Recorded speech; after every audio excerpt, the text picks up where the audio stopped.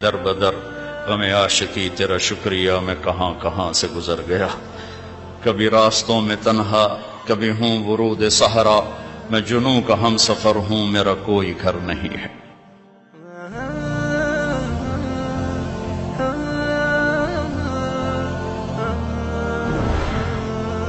میرا باپ مجھے ڈاکٹر دیکھنا چاہتا تھا تو وہ بڑا عزت کا زمانہ تھا ڈاکٹری کا، کہ ایک عزت تھی، وقار تھا، مقام تھا، اس لیے میرا باپ کہتا ہے پتر بڑی عزت ہے تینوں ڈاکٹر بناونا ہے، بڑی عزت ہے، بڑی عزت ہے تینوں ڈاکٹر بنا۔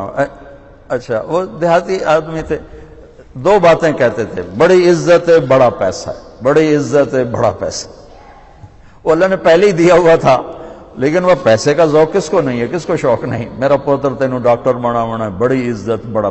اور جب میں نے 3 دن کے لیے گیا، یہ گورنمنٹ کالج لاہور پڑھتا تھا، سینٹر ماڈل سے میٹرک کیا، گورنمنٹ کالج یہ ہمارا جو راوی اب تو یونیورسٹی بن گیا، تو 3 دن کے لیے میرا ایک دوست مجھے ایسے کھینچ کے لے گیا، وہاں سے اللہ نے میرے 4 مہینے کروا دیے۔ 4 مہینے کے آخر میں ایک نوجوان نے کہا تو ڈاکٹر بن کے کیا کرے گا، تو عالم بن جائے۔ تو اللہ نے اس کی بات میرے دل میں ڈال دی، میں اس طرف چل پڑا۔ جب میں نے گھر آ کے بتایا تو میرے باپ، اچھا اس دور میں ڈاکٹر ایک قداور شخصیت تھی اور مولوی ایک پست ترین گندگی کا کیڑا، یہ کیفیت تھی۔ اور ہمارے دیہاتی ماحول میں مولوی کمی ہوتا تھا، کمی، جیسے لوہار، کمہار، دھوبی، ایسے مولوی کا سٹیٹس کمی کا تھا۔ تو میرا باپ کہے تو کمی بڑوں ہے، تو میری نک وڈھاؤں ہے، تو کرو کی ہے، تو مینوں کسے پاسے ران دیونا ہے، جیون دیونا ہے کہ نہیں جیون دیونا۔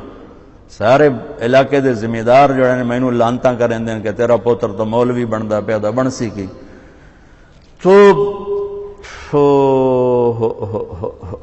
23 نومبر 1972 صبح 8-9 بجے کا ٹائم تھا، میرے باپ گھر میں آئے، وہ ذمہ داروں والی چادر پہنی ہوئی بڑی اور چولا کھلا، پگڑی کھول کے یہاں رکھی ہوئی، تو مجھے دیکھتے ایک دم غصے میں آ گیا، یہ تو مولوی بننا ہے تو میرے گھر ہی چو نکل جائے، زور سے کہا یہ تو مولوی بننا ہے تو میرے گھر ہی چو نکل جائے۔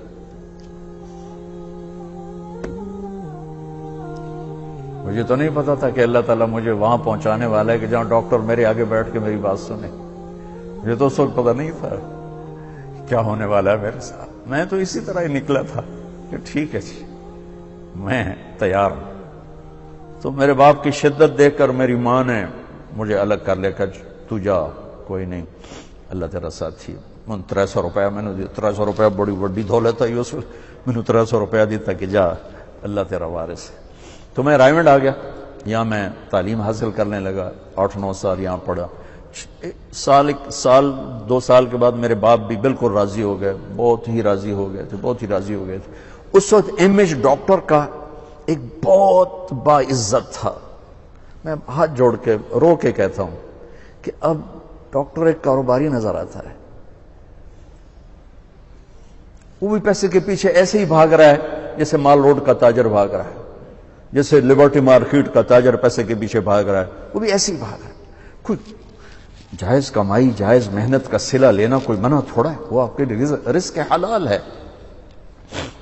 میں کینیڈا میں گیا ہوا تھا، میرے یہ سر درد بہت شدید ہوتا ہے، تو وہاں وہ بوٹاکس نیا طریقہ ٹیکے لگاتے ہیں، تو کچھ دن گزر جاتے ہیں، تو مجھے پتہ نہیں تھا یہاں کوئی لگاتا ہے کہ نہیں لگاتا، تو میں کینیڈا گیا، وہ جاننے والے ڈاکٹر تھے پاکستانی، تو پارکنسن کے 5 بڑے ڈاکٹروں میں ایک ان کا نام آتا ہے۔ تو وہ ان کے کلینک میں بیٹھا ہوا تھا اور بات چلتے چلتے تو یہ ایسی ایک پینسل پڑی ہوئی تھی ان کے ٹیبل پر، تو وہ یوں پینسل اٹھا کے مجھ سے کہنے لگے مولانا یہ ایک پینسل میں کسی کمپنی کے ایجنٹ سے لے لوں تو میں بلیک لسٹ ہو جاؤں گا، ایک پینسل میں کسی کمپنی کے ایجنٹ سے لے لوں تو میں بلیک لسٹ ہو جاؤں گا، میں کلینک نہیں کر سکتا اس کے بعد۔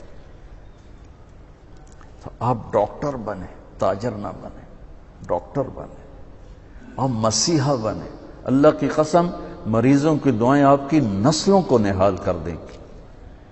اگر آپ صرف تاجر بن گئے تو ٹھیک ہے، 4 پیسے تسی وٹ لینے، لیکن پتہ نہیں آگے نسلوں کا کیا ہوگا۔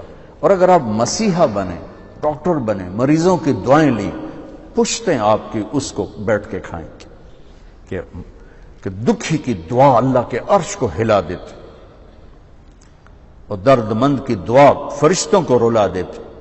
اب وہ ہستیاں ہیں جو درد مندوں کی دعائیں روزانہ لے سکتے اور صرف آج کا دن نہیں گزار سکتے، آپ اپنی نسلوں کو خوبصورت فیوچر دے کے جا سکتے کہ دعاؤں کی طاقت موت کے بعد بھی چلتی رہتی۔